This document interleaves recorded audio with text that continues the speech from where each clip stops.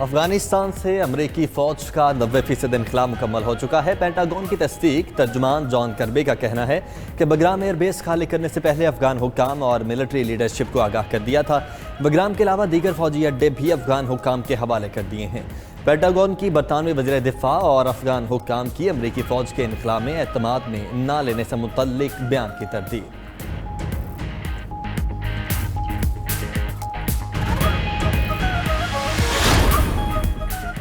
अमरीकी इनखला के बाद बरतानिया के लिए अफगानिस्तान में मिशन जारी रखना मुश्किल है। बरतानवी वज़ीर दिफा रॉबर्ट बेन वॉल्स का एतराफ़। कहा, अमरीका ने अफगानिस्तान से निकलने का फैसला खुद किया, हम निकलने पर मजबूर हुए, हमारे पास वापसी के सिवा कोई चारा नहीं। सिक्योरिटी खतरात से निपटने के लिए अफगान हुकूमत से ताउन जारी रखेंगे।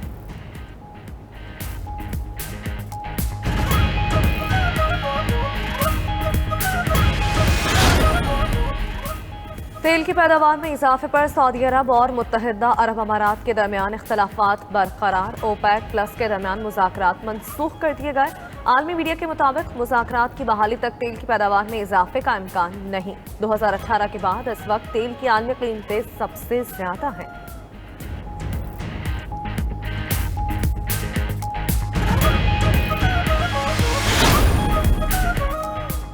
चीन का क्रिप्टो करेंसी से मुतल्लिक बड़ा फैसला। डिजिटल करेंसी में तिजारत पर पाबंदी आयद, बैंकों को लेन देन से रोक दिया गया। चीन में चंद रोज कबल क्रिप्टो माइनिंग भी बंद करा दी गई थी।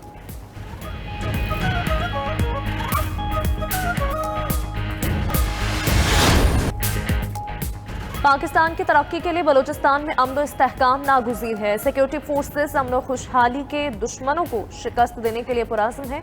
आर्मी चीफ का बलूचिस्तान से मुताल्लिक़ कौमी वर्कशॉप के शुरका से खिताब। कहा, मुश्किल से हासिल करदा अमन के समरात समेटने का वक्त है। देरपा इस्तेहकाम के लिए अवामी फलाह, समाजी और इक़्तिसादी तरक्की को तरवीज देना होगी। फौज दीगर इदारों के साथ कौमी और सूबाई रद्द अमल यकजा बनाने में मसरूफ़ है।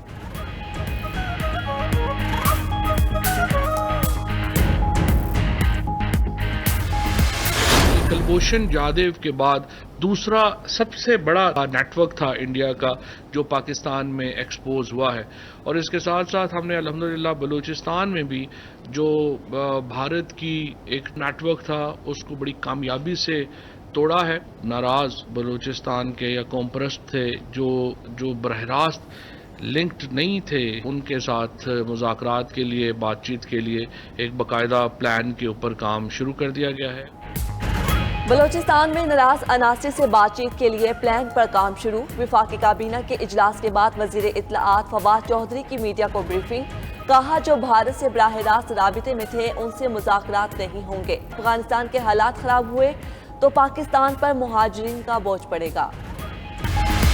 Abiding friendship with China and the CPEC complement this vision of peace for ourselves and for others and shared prosperity and common development for our region and the world. Pakistan and China are iron brothers. We support each other on issues of our respective core interests. Pakistan और चीन iron brothers बुनियादी मफादात के लिए एक दूसरे के मददगार हैं। वज़ीर आज़म इमरान खान का चीनी कम्युनिस्ट पार्टी की 100 साला तकरीबात के सिलसिले में वर्चुअल कॉन्फ्रेंस से खिताब। कहा, CPEC BRI का फ्लैगशिप मंसूबा है। PTI लोगों को बराबरी की बुनियाद पर इंसाफ फराहम करने पर गामजन है। चीन ने नौ आबादियाती निज़ाम में जकड़ी अक़वाम को निकालने का हौसला दिया।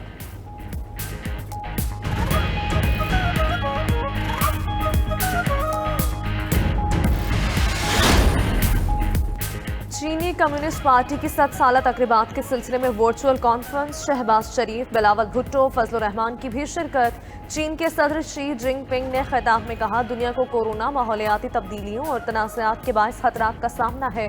दूसरे मुल्कों की तरक्की में रुकावटें खड़ी करने वालों को नाकामी होगी। निपटने के लिए ताउन बढ़ाने की जरूरत है।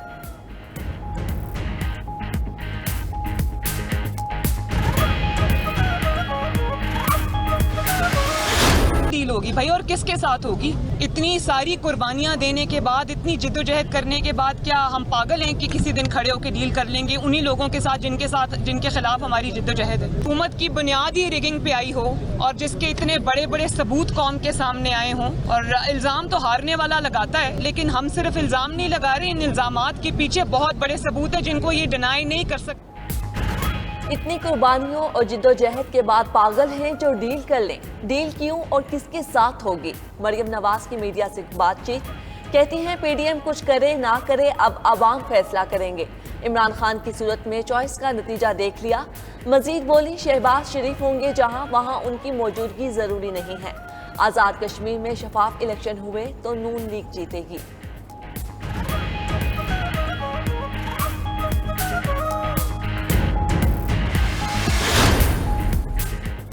आसिफ जरदारी की गैर मौजूदगी में जमानत कबल अज़ गिरफ्तारी की इस्तदा मुस्तरद। इस्लामाबाद हाई कोर्ट ने साबिक सदर को आज समाअत के मौके पर तलब कर लिया है। उधर न्यूयॉर्क फ्लैट की इंक्वायरी पर आसिफ जरदारी का जवाब नैब को मौसूल। जरदारी ने जवाब के लिए नैब से 1 माह की मोहलत मांग ली है।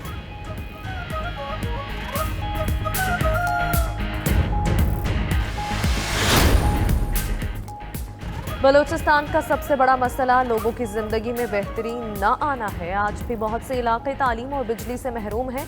वजीर आला बलूचिस्तान जाम कमाल की प्रोग्राम नाइट एडिशन में गुफ्तगू। कहा 3 साल में वो सारे काम करके दिखाए जो बलूचिस्तान असल में चाहता है। तरक्की के लिए वफाक और सूबाई हुकूमत ने 10 साल का मंसूबा बनाया है। 5 साल में जब सड़कें बन जाएंगी तो बहुत बड़ी तब्दीली खुद ब खुद आ जाएगी।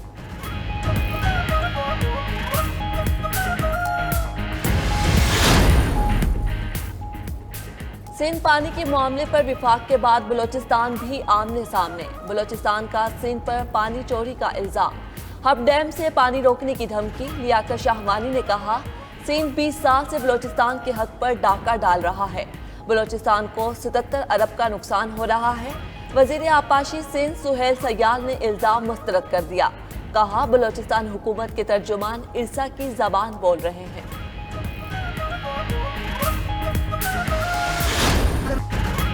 बरतानवी एमपी नाज शाह ने पार्लियामेंट में हुर्मत रसूल सल्लल्लाहु अलैहि वसल्लम का मामला उठा दिया है। कहती हैं बरतानिया में चर्चिल और दीगर शख्सियात के मुजस्समों की हिफाजत का बिल लाया गया है। बिल में कहा गया है कि मुजस्समों को नुकसान पहुंचाने से लोगों के जज्बात मचरूह होते हैं। हमारे नबी सल्लल्लाहु अलैहि वसल्लम की हुर्मत सबसे बढ़कर है।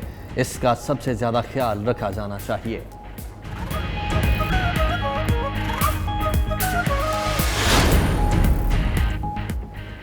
तालीम मौजूदा हुक्मरानों की तरजीह नहीं है। चेयरमैन ऐप सैप प्रोफेसर चौधरी अब्दुल रहमान की हार्ट टॉक पाकिस्तान में गुफ्तगू। कहा लोग दफाते के चक्कर लगाकर जलील हो रहे हैं। तालीम के लिए कवानीन नहीं बनाए जा रहे। 3 साल में हायर एजुकेशन के 14 सेक्रेटरी तब्दील हो चुके। साबिक वजीर तालीम इमरान मसूद ने कहा उनके दौर में तालीमी स्ट्रक्चर पर पैसे लगाए गए। वजीर की दिलचस्पी हो तो ऑफिसर फाइल नहीं रोक सकता।